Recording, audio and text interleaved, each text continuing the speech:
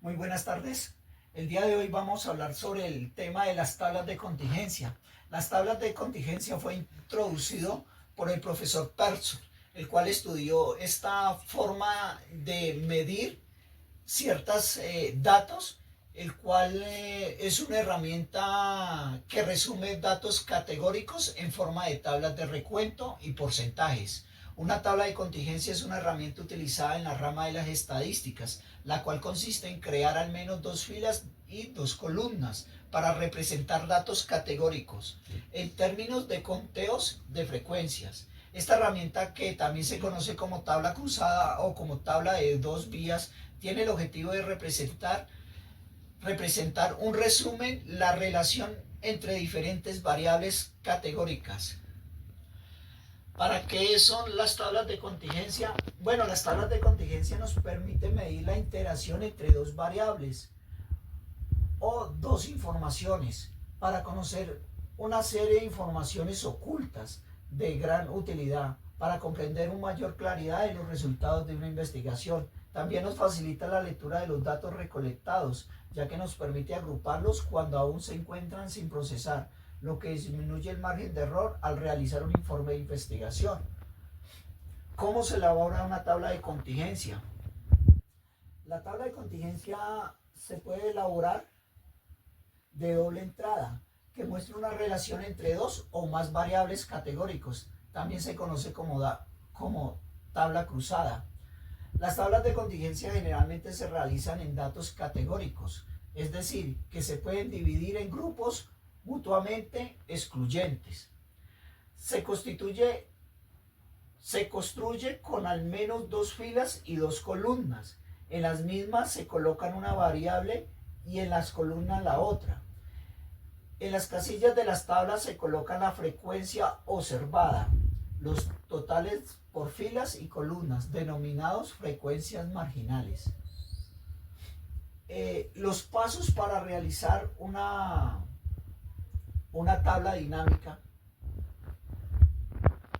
se identifica la variable que se desea estudiar, dividir los datos en grupos mutuamente excluyentes, organizar los datos en filas y columnas, en cada celda colocar el total de los casos que cumple la categoría donde se cruzan, calcular el porcentaje por columna, calcular los porcentajes de las otras casillas, como lo podemos ver aquí representados en la imagen. Cada columna está representada por cierta información, igual que cada casilla. Entonces, vamos a realizar un ejemplo de tablas de contingencia y nos ingresa la siguiente información. Dice que la siguiente tabla de contingencia muestra la cantidad de participantes en una carrera atlética y sus diferentes categorías. Si selecciona un corredor al azar, ya nos están dando un interrogante, y la primera pregunta sería: ¿cuál es la probabilidad que sea mujer? Entonces tenemos niños, adultos, señores, masculinos, femeninos y el total. Entonces vamos a desarrollar la primera pregunta: ¿cuál es la probabilidad que sea mujer? Entonces tenemos ya la tabla como tal. Entonces decimos, nos están preguntando cuál es la probabilidad. Entonces, como ya tenemos la probabilidad que sea mujer, entonces la probabilidad que sea mujer, entonces tenemos que la participación de toda la tabla fueron 200 personas, porque no nos pusieron condiciones. Entonces nos están preguntando cuántas son mujeres. Sería un total de 77 mujeres. 77 mujeres participaron en toda la tabla. Entonces 77 dividido en 200, la cual nos da un 0,385. Ese 0,385 lo multiplico por 100 y nos da una posibilidad de 38% de que las mujeres hubieran ganado la carrera. En el segundo ejemplo nos están dando cuál es la probabilidad de que sea un hombre dado que está en la categoría senior.